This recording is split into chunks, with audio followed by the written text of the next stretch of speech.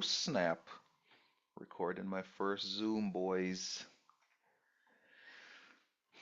Yeah, so this like I was saying, it's not a whole ton of price action, but the way that it executed off of the profile was really nice. So the whole idea is the weekly profile, right? So Wednesday and Tuesday gave a lot of the sauce, which was to take the Monday range, midnight to midnight, high and low, and then plot that out for the week to kind of see where the potentials are in terms of just direction for the week, right? So when we made this Monday low and then Tuesday flipped on the midpoint, then the midpoint became the bias to go from midpoint to Monday high. Once Monday high was visited, then on Wednesday, the only thing left to do was to either work off of the Monday range high or the previous day high. So that's basically what we're taking here, right? Monday's range, new week opening gap, and previous day's range. I need the new week opening gap real quick here.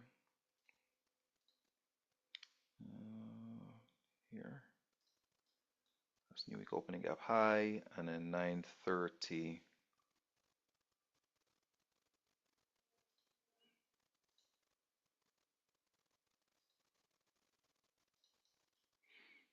And the new week opening gap is just like a bookmark. It's the whole idea of it is just to kind of get a sense of where is price moving away from or moving to.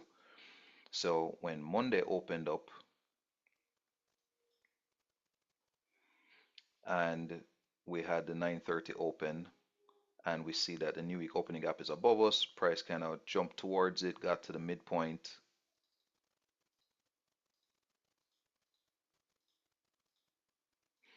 jumped towards it, got to the midpoint, and then made its way down. Not trading Monday, but just using that as information. Then we see midnight, internal liquidity, we start to shift. It got interesting when price flipped on the mid, Monday's mid, that is, revisits the mid, gives you a nice breaker setup here going into 9:30 on Tuesday. We go towards the new week opening gap mid, we work it a bit, flip it, flip it, flip it, flip it, then we break the Monday high. Once we break the Monday high, then we're going to use previous day ranges. So we're trading on Wednesday. So Tuesday's setup was between this mid, this low, and Monday's high for a buy. And so now the bias on the week is not yet defined, but then we start using the previous day's high and low, which is going to be the dotted line, whereas the Monday range is going to always be this gray and yellow.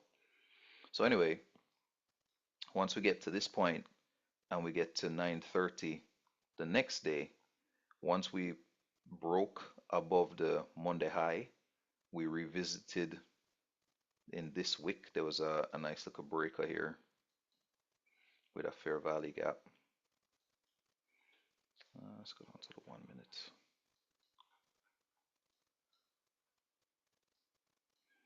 So here, when 9:30 opened up here, and so it took liquidity, shifted market structure, breakout entry. So that was the one on Wednesday.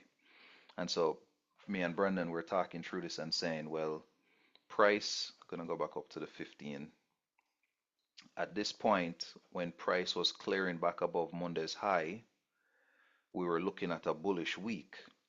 So Wednesday going into Thursday for CPI, the whole setup was to stay bullish. So we'll do the same thing. Wednesday, high and low. And as price on CPI was working this range, so we know, we're bullish. We have Monday's range, we're above Monday's range high. We're above the new week opening gap. So the sentiment is bullish.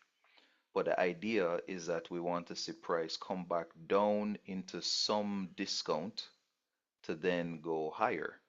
And we also have PPI tomorrow, so we have to allow for that to kind of wait to play out. So as price ran this low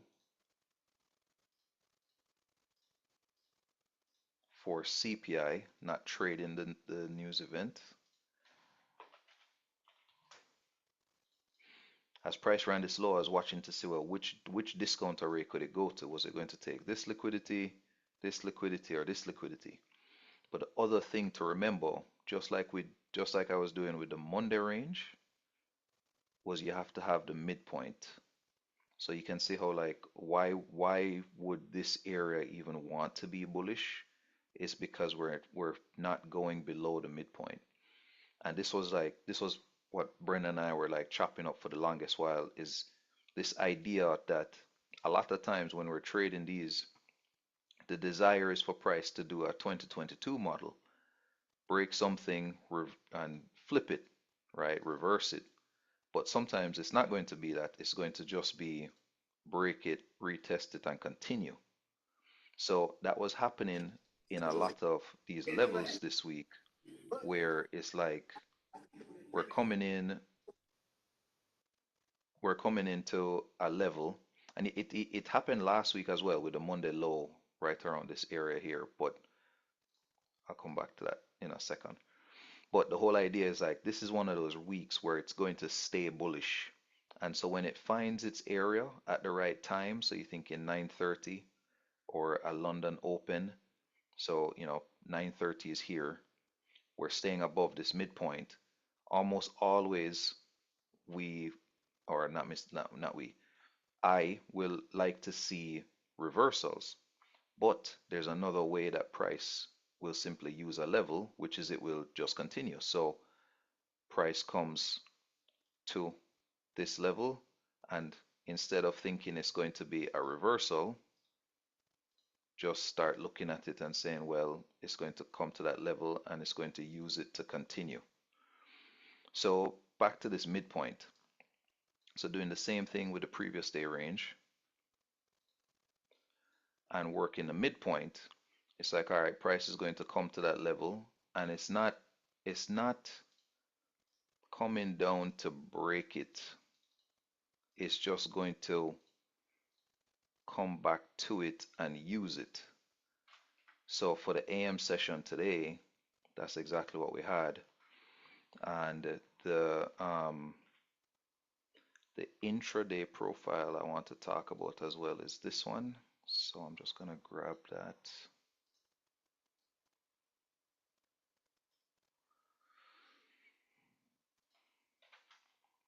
So when we're working off the weekly profile is bullish, right?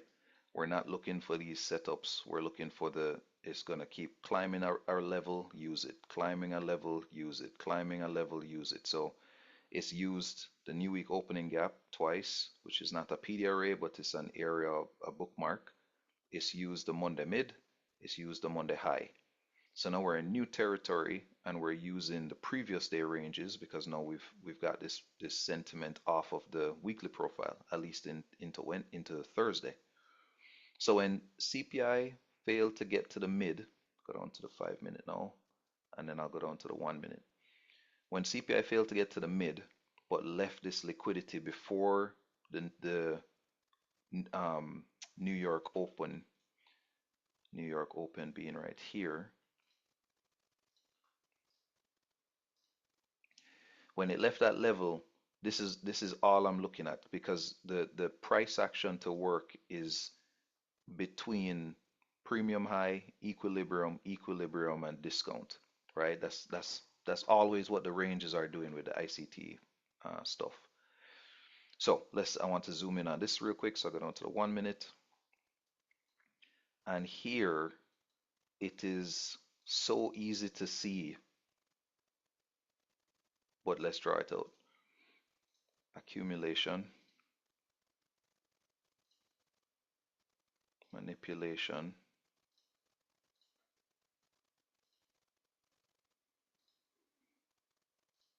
and then the distribution. and the distribution wasn't that clean, but it was pretty clean. Like it wasn't, the target is we have internal buy side up here, which was the CPI high.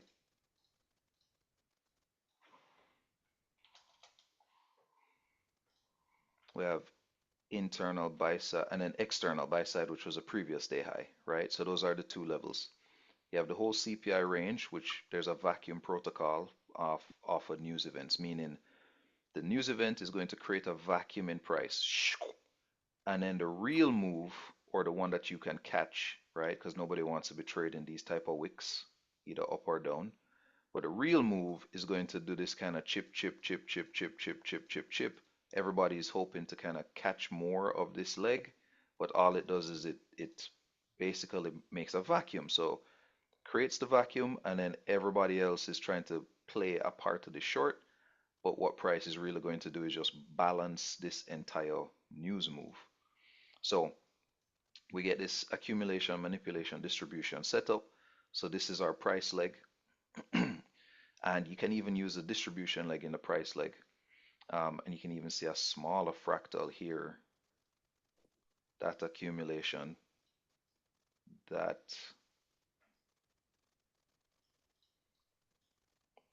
consolidation, manipulation, and then distribution. So inside of all of these legs,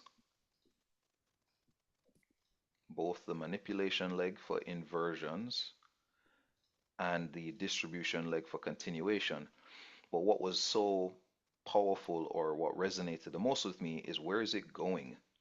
It's only going to the previous day midpoint. And I hope Brandon gets a chance to look at this, because this is what we were talking about yesterday, to say, well, not many people are going to even know this previous day mid level, 51.13, whatever, but you can see how price just wicks it, wicks it, wicks it. And then this level, this whole structure here was what I wanted to talk about, which is having the narrative of the weekly profile bullish, having the narrative of the previous day levels, price has now run down to effectively equilibrium and discount. Now, how do you use it to trade? So in this manipulation leg, you have a couple of things. You've got, let me use this. You have an inversion fair value gap.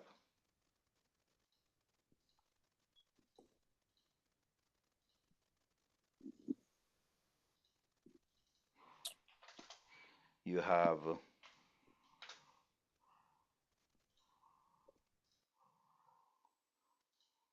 a breakout.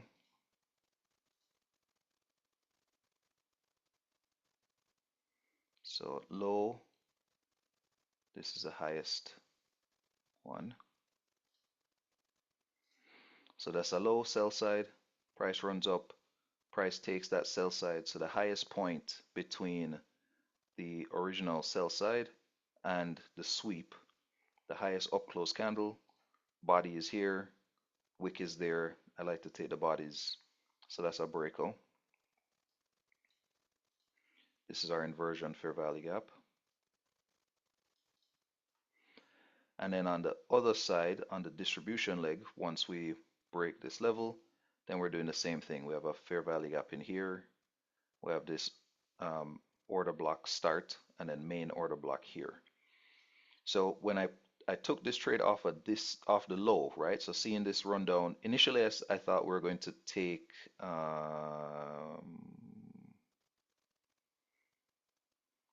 initially, well, that's it, yeah. Initially I thought we were going to break higher on 9:30, but once we ran that low and had this green candle, then I took the entry on the level, which was that wick. Then I was looking at this inversion fair value gap and this breakout. So now this becomes it. And what I wanted to get to was I wanted to get all the way up here, which was the previous day high. We have the CPI high, minor, and then the previous day high. So as price is working through the opening range, 10 o'clock ends here. We can see that we've touched the breakout, but we have this inefficiency that has to be maintained. So your stop would have to stay below the swing low.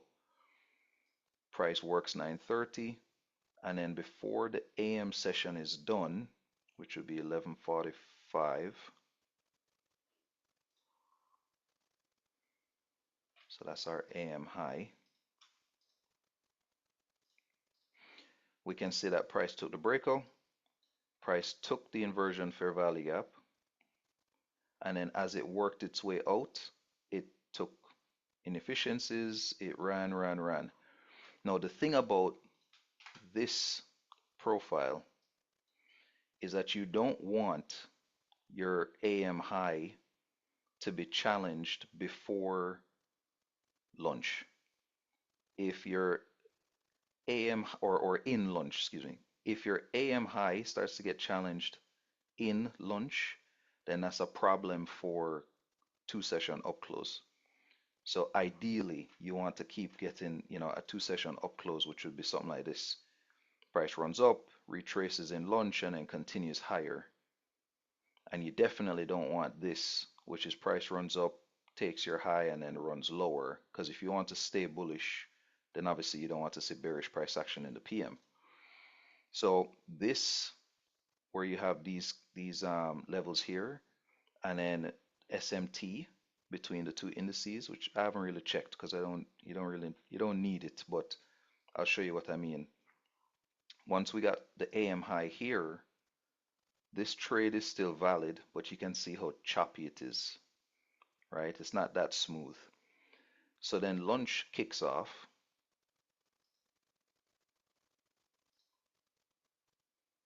At 12, and this was a problem. The problem here from 12 to 1. So this was a problem. You have an AM high here. 12 o'clock starts the lunch hour. Lunch is taking the AM high, which you don't want that. Like you want your AM high to be left as liquidity, and then price runs lower, takes something else, and goes higher. So when this happens and lunch starts to take the AM high, what you have to look for is your AM low. That's not going to work, is it? You want your AM low to get taken to then do a bullish run. So you'll see here, price makes a setup where you have an AM rally. Lunch is a little bit complex. You have some SMT on the highs, and then your PM session will take your AM low and then rally again.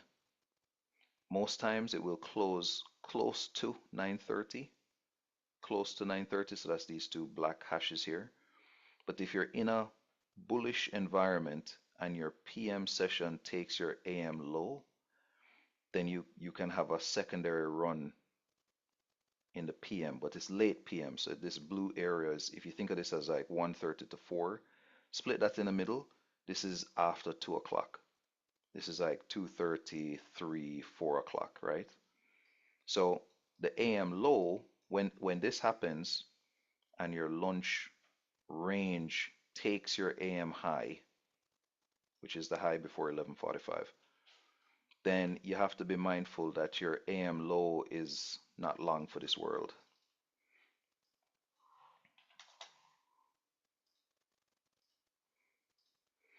So when you have these kind of consolidation profiles, so if you think back to how the daily chart looked, obviously it was very choppy. It's kind of like a consolidation. So when you have these consolidation profiles, the first signature is when you have this lunch price action. It's going to be an SMT on some other indice, I'm sure of it. But the point is when the lunch price action doesn't leave the AM high intact, that's not a good sign. So we get to the PM session. We're still holding close around these levels. We're still kind of seeing this inversion fair value gap hold. And then we start running lower. We take the AM low, which is going to be the signal to say, well, if this is a consolidation profile, I'll probably go bullish after I take this AM low.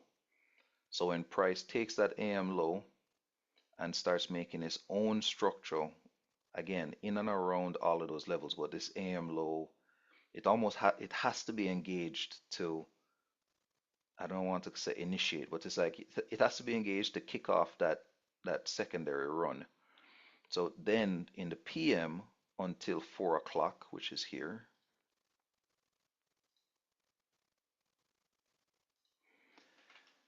what you do is you see that sweep, and by this time I was out. So I took that. I didn't see the run all the way up to the minor buy side. I wasn't getting up here, so I just squeezed my stop. Wasn't as much as I wanted, but it was telling me that we have some damage coming our way. So AM low gets swept. You look for your secondary setup or whatever follow-up you want on a setup, and then you're looking for price to get like it just needs to it's going to run quick through 930, and then it's going to like diddle daddle around it.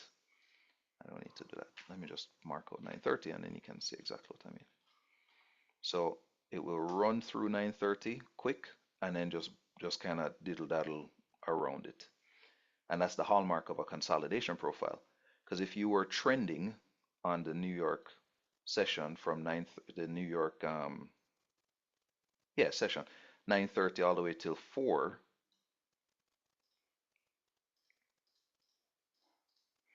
if this was a trending profile,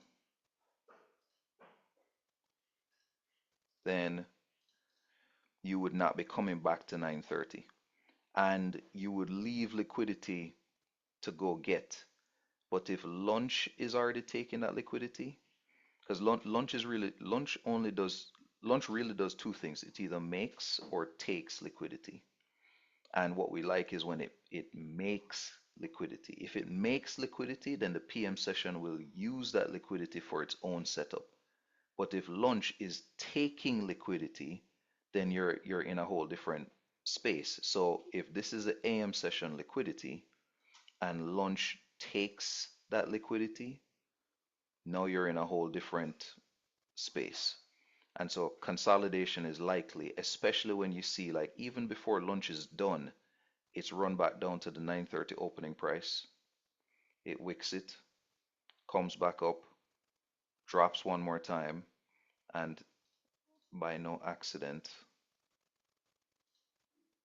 if that's your lunch range,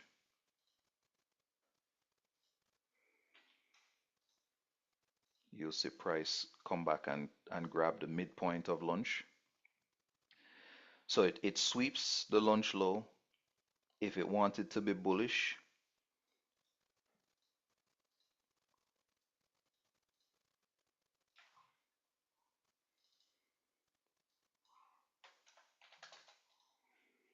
so just put all of that in the AM session for now. So we already know that lunch has taken the AM liquidity. It's not getting up to any of the buy side targets that we would like. It's leaving it unfulfilled. So we set the lunch range and we see that price sweeps the range, comes back into the range, but it has like this runaway feeling. It's not touching back on any array. It's not respecting any, it's not revisiting any inefficiency. It's not coming back to this inversion fair value gap. It's not creating a breaker. It's not coming back to this mitigation. It's just running away. So when it does that, it's basically setting people up. So all those AM buyers, when this happens, they're thinking, okay, they're safe. Maybe they're putting their stops higher, but it's not giving any signature that it is continuing. So what it does is it just, again, and the whole point of why I wanted to do this one today was this idea of the midpoints. Monday's mid, previous day mid, and now lunchtime mid. And so these midpoints seem like they're in the space of nowhere, right? Like they're just kind of in the middle of this bearish run. You have this fair value gap, this fair value gap. Like, what is it about this area that I think is so sensitive? Old lows, but it's not an old order block because there's no fair value gap. But I think the more salient point for me at least is the midpoint.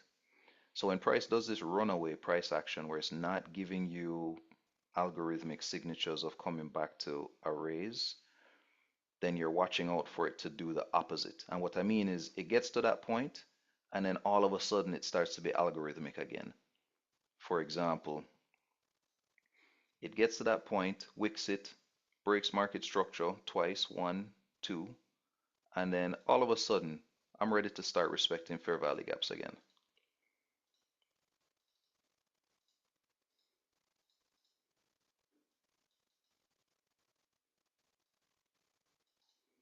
I'm ready to take lows like this, then use this discount leg, go back up to the midpoint, and then start. I'm ready to start using that again. I'm ready to, do an inversion fair value gap again.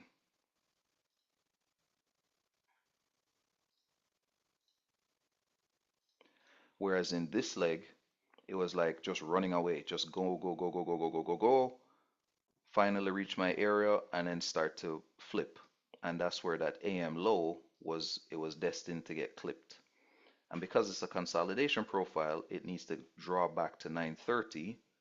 So once it reaches that terminus, then it goes the other way and then flips 930, runs through it hard, and then tapers off until the 4 o'clock. So this was more just about like the liquidity story of the midpoint. So Monday's mid, not doing reversals, previous day's mid. It still leaves buy side unfulfilled. So from a weekly profile, we're still bullish, but the previous day midpoint, I'll go back to the 1 minute and then I'll stop the recording. Oops. The previous day's midpoint was clipped, revisited, worked. Lunch takes the AM high, which shouldn't happen. We make a lunch range, midpoint, lunch is midpoint, go back, take some liquidity, bam, bam, bam. And then effectively what we're saying is the midpoint of the AM session, of the New York session, which is 930, that's where you see some of that magic happening. So price reaches a lunch mid, runs through New York mid, inversion, wick around 930, the gray line, because now in this late PM session, that's what's the draw. We work the mid, we go to the AM low, we flip the mid, which is 930. You can see how the wicks are touching it there again. And so yeah, midpoints, that's what I was kind of going after.